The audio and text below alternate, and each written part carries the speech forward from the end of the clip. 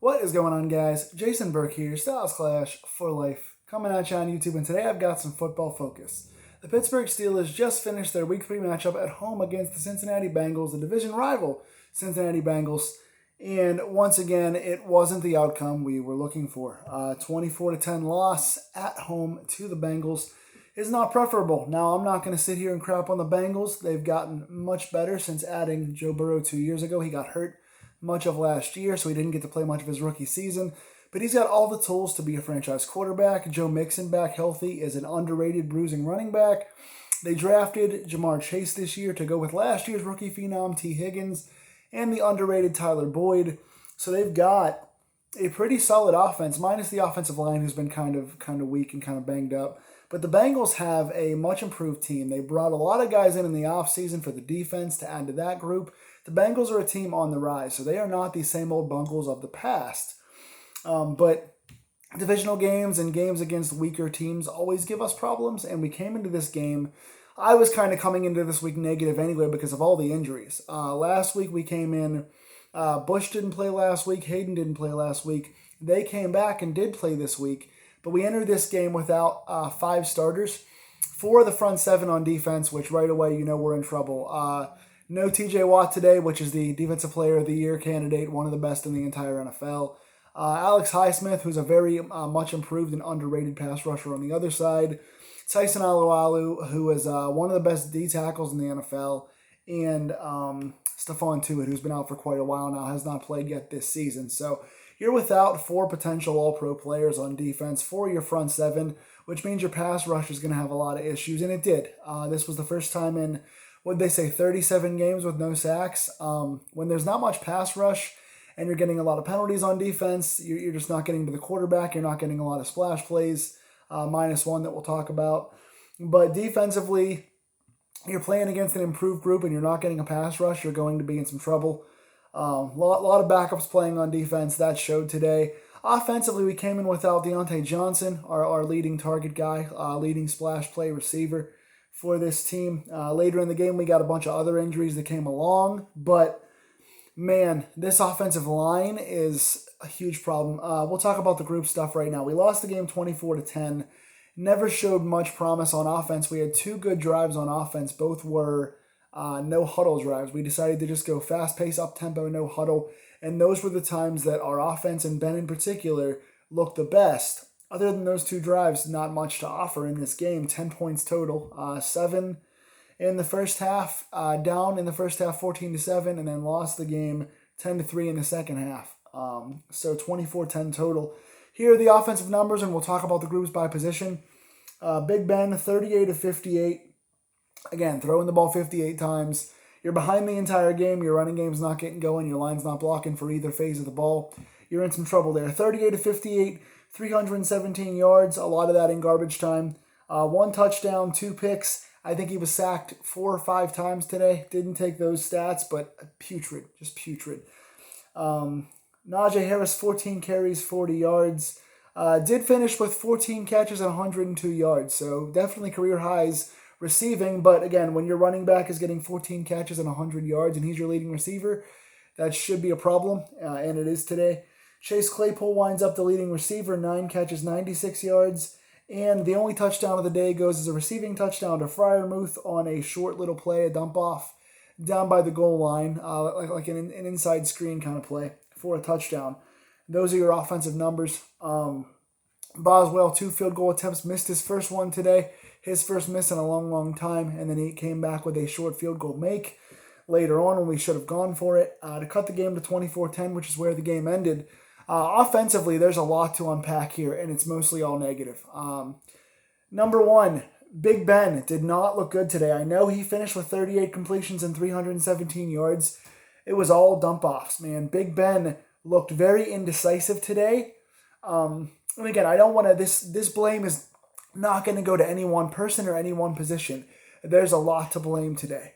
But Big Ben looked so indecisive. He was pumping a lot. He was flexing his arm, looking for places to go. He was banged up a lot. He was scanning the field, couldn't find anyone open. He was indecisive. He was throwing the ball high. He was missing reads with his receivers. There is just, across the board, there's problems here. Ben looks old, slow, and banged up. This is the first time that I started questioning, should Ben retire? Should Ben be taken out? I know we don't have anything behind us at quarterback to be excited about. I know we don't have a good offensive line. We have guys playing in new positions. We have rookies. We have receivers that are injured. We have other receivers not getting open. But to see Ben be so indecisive, he's tucking the ball, he's pumping the ball, he's looking for someone, he's standing around, even on plays when he was open, when he scrambled to the outside on bootlegs or when he actually had a pocket for a little while there, he wasn't finding anyone. And that's a combination of a bad offensive line with guys back in his face, receivers not getting open, and Ben not knowing where to throw the ball. Ben was throwing high a lot today. He was causing a lot of tip passes. He was, again, indecisive down the field. He wasn't looking past his first read. He was dumping the ball off like crazy. Claypool, 9 catches. Harris, 14 catches. Plus all of Juju's catches when he was in the game were also short passes.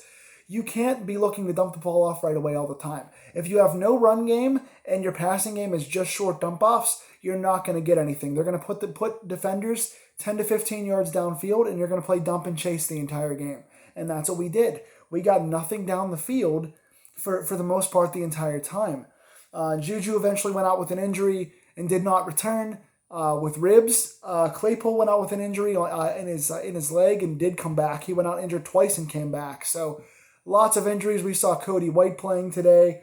But again, coming into this game, we were only one guy short. Deontay Johnson was our only guy short. Having that many guys out there, you have to be able to get downfield.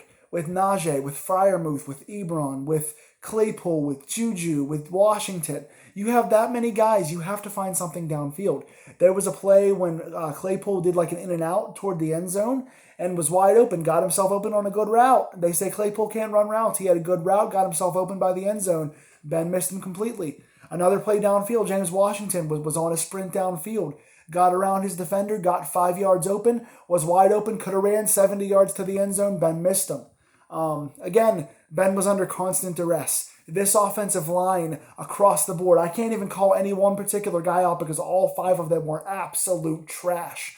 And again, I know Okorafor has been moved around from right tackle to left tackle. I know you have 2 rookies in there with Dan Moore and Kendrick Green. I understand the inconsistency in the guys that are out there. I understand not playing together for long. I understand playing with a quarterback who holds the ball. I get there's a lot of things against this line, but they look disgustingly bad, like the worst group in the NFL. They look horrible. This offense is painful to watch. Najee Harris had 3 different great first down plays. One on a catch when he broke a tackle and got like a 14, 15-yard play down the sideline, jumping over a guy, and 2 other times when he had really good runs that were all called back because of holding. Najee's numbers running don't look good because he breaks plays and they're all holds. They're all called back. So poor Najee out there is running hard. He's running through guys, but he's only stuck with 2-yard runs because every time he breaks something, it's called back. Kendrick Green had 2 or 3 holding penalties tonight, then went and got injured. Also got Ben sacked on a play. Dan Moore had 2 penalties. He gave up at least 1 sack. Chuks Okorafor gave a sack up and had at least 1 penalty in this game. Those 3 guys in particular did not look good. Trey Turner had at least 1 hold. He's had 1 now every game this season so far. These guys don't look good. And again, Trey Turner's new to playing with us. 2 rookies are out there. Okorafor's not really great, and he's playing in his unnatural position. So I understand what we have going against us. But this line looks so bad. And again, when Ben looks indecisive, when receivers aren't always catching the ball, there were some drops today too. I'm giving the receivers the least amount of blame today. Because there were times they got open and Ben didn't hit them, and there were a lot of times when the running game is not existent. But these receivers too, Najee dropped at least 4 passes today. He caught 14, and he caught a couple really tough ones. But and catching the ball was not his number 1 function. But he dropped at least 4 balls today. Claypool dropped at least 2. One was down the field, and I think it was kind of uncatchable. The other one was a short play on a 4th down that he was wide open to extend the drive. The game was already over. That wasn't going to make or break the game. It was just going to extend the drive, but he dropped it. You can't drop those. We had 3 consecutive drops. It was Najee, Claypool, or Najee, Claypool, Najee, whatever. 3 consecutive drops. Eric Ebron today. 3 targets, 2 drops, no catches. I am so frustrated with Eric Edrop. He's ridiculous. He is when you concede your job to a rookie tight end who comes in and takes your spot, and all you're known for, you can't block, but you're known to be an athlete who can cause mismatches. You have to catch your balls. When you lose your spot to a rookie and you only get on the field at certain times, make your plays count, make your targets matter, get yourself on the field. He dropped one ball that was contested but still should have been caught up toward the goal line today, and another play that was just right in his hands and right out of his hands. Ebron has the worst hands of any tight end in the NFL. Claypool's got to get more consistent. Deontay's been playing more consistently, but he wasn't in today. And Juju's just not getting down the field. He's making all of his catches, but they're all just short plays. So a combination of a lot. Again, I'm just unloading on this offense. But number one, the line has to get better. Biggest problem there. Number two, Ben has to get more decisive. When you're not playing terribly accurately and you don't have a great line, get the ball out fast. But also, you got to mix the plays up more. You got to read more than just doing one of two things. All he does is either throw a quick screen to the outside or a 3-yard slant. If he throws the ball down the field, all it is tossing it up and hoping that Claypool or Deontay can run under the ball and make a play. And they do. They make those plays. But more often than not, you're going to get incompletions. You cannot, several times today, once on the 4th and 10 down by the goal line for the end of the game when you're down 2 touchdowns, he threw a 1-yard pass to Najee Harris because he thought the defense was going to back off and let him get the first down. No, it's 4th and goal. You're on the 11-yard line. You need at least 10 yards to get down to the 1. You throw a 1-yard pass. It happened twice tonight. Several third downs. They just either give the draw up or they give the short pass up because Ben's not even trying to look downfield. Twice on the no huddle offense, he started looking downfield and he was hitting guys. But you have to have more confidence in throwing downfield. I get that you're beat up and I get that your line's not giving you much time, but you got to take your chances and you got to mix it up. These receivers have to get crisper at running routes. The offensive line has to block better and Ben's got to get more decisive. I'm disgusted by this offense. 10 points all day long. First quarter, I think we had 16 plays, 13 yards. No, 13 plays, 16 yards, and only 1 first down by penalty. No actual first downs. You can't start the game that slow. You can't play that conservative, and you can't be that bad getting your old quarterback hit and not helping your run game. We've got a one-dimensional offense, and it's slow, and it's plodding, and it's injured, and it's horrible. And when you're coming in with 4 starters out on defense, you're not going to win the game. I don't care who you're playing. I don't care how bad the other team is. When you're injured on defense and you're always on the field, your defense is going to get tired and you're going to give points up. They played resiliently in spite of not having a great day, but the offense has to help them. You have to get Najee some lanes and not hold on every time he gets a damn first down. You have to have plays when you're not getting behind the count on 3rd and 7, 3rd and 8. You have to quit negating your first down with holding penalties. This is disgusting. And defensively, we got 1 splash play. Defense has to help out too. 24 points to a decent team is not that bad, but when you got this offense, you got to help out more. Minka Fitzpatrick tipped a high pass across the middle, which Terrell Edmonds intercepted. Very nice play by Edmonds. Good deflection by Fitzpatrick. That was our one big defensive play. Schobert got a nice 3rd down tackle on a rallying tackle on Mixon, getting off the field. That was a nice play. Other than those 2 plays, I don't have much to say. Honestly, I don't. There were no big stats. The big tackler of the day, the leading tackler, was Schobert with 4 tackles, and his game was hit or miss. But not much to speak of. No sacks, no big pressures. The one time Melvin Ingram got a pressure today, it was called a roughing the passer. That was his only time in the backfield getting pressure, was a roughing the passer play. So again, when you're the veteran, when you're the only guy that's healthy, when you're playing without Watt and Highsmith, Melvin Ingram has to do more. He's the trusted guy. He's the big signee. He's the veteran. 1 pressure with a penalty is not the way you play the game today. He didn't play well at all. He had several broken tackles. One time it was Joe Burrow throwing to Tyler Boyd, which Ingram tried to go high and tackle Boyd, not wrap up. He just bounced off him, and Boyd got re-centered and got to the end zone on the broken tackle. So bad tackling by Ingram. I think he missed 1 or 2 as well, playing too far upfield on Joe Mixon, plus that penalty, which in my opinion wasn't a penalty, but they're going to call it. It was hands toward the head. So while it wasn't a penalty, it still was called. So Ingram, bad day there. We wound up playing some guy off the street whose name I don't even know. Some guy with long flowing brown hair outside trying to get a pass rush. Didn't see much out of him. Jameer Jones got a nice special teams play, but nothing really on defense. Nothing helping us out on the pass rush. Tight ends didn't do much today, so credit to credit to the two inside linebackers, Bush and Schobert. They didn't give anything big up at linebacker today. But I will say this, the receivers of the Bengals played really well. Jamar Chase got 2 touchdowns, one at the end of the half, beating pretty solid coverage that was just outrun by James Pierre. So Pierre got beat there. Played pretty good tightly, but got outrun at the end of the route on the Jamar Chase touchdown at the end of the half, which changed momentum back around because Pittsburgh scored a touchdown and cut the game to a 3-point game, and then the Bengals went and scored again at the end of the half in like 27 seconds. So that was deflating. Pierre got beat there. Hayden got beat several times as well by Chase on slant plays. Chase played well today.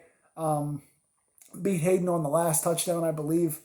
Nothing much else out of the cornerbacks. Hayden's day wasn't great. Pierre got beat on the big play. I didn't see Sutton much for good or bad. I didn't see him getting beat, but I didn't see him making plays either. Edmonds had the 1 pick. Fitzpatrick had the 1 tip. Other than that, man, the corners aren't creating anything. The safeties aren't doing anything special. Again, 4 of your front 7 guys are out, so you're not getting pressure. Mixon played very well on us, breaking tackles left and right. He had 2 particular drives in a row that he ran us over, and they totally controlled the ball, controlled the clock, and just broke tackles left and right. Again, that was more on Bush and Schobert and the offensive line. Buggs and Wormley didn't get off the ball much. Buggs had 1 nice tackle. That was about it. So the defense wasn't doing anything. They weren't getting off the field. They weren't. They were allowing long drives. They weren't tackling terribly well at all in this game. And again, when your offense is doing nothing for you, I know that you're tired. I know that you're injured, but you got to play as if you're starters. You're next man up. Tomlin always says the standard is the standard. Right now, the standard is bad. The standard on defense is not making splash plays, not getting to the quarterback, and not tackling with our backups. So the backups have to play better. That's the standard right now. The standard on offense is bad blocking, one-dimensional, no run game, indecisive quarterback play, and receivers not catching the ball. So not feeling good about this team right now. We fall to 1-2 with a 3rd consecutive loss at home going back to last season. The Bengals had not beaten us at home in the last 5 years. They have now done that. The Bengals beat us twice in a row now.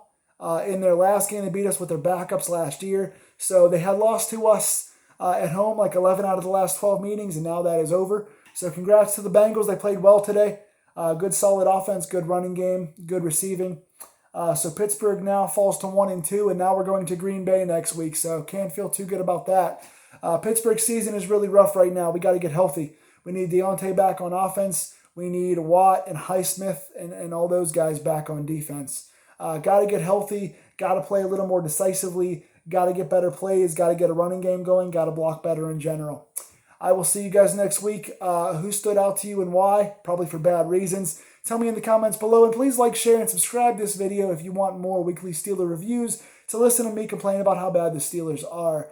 I will see you next week with hopefully a more cheerful review. Take care, Steeler fans.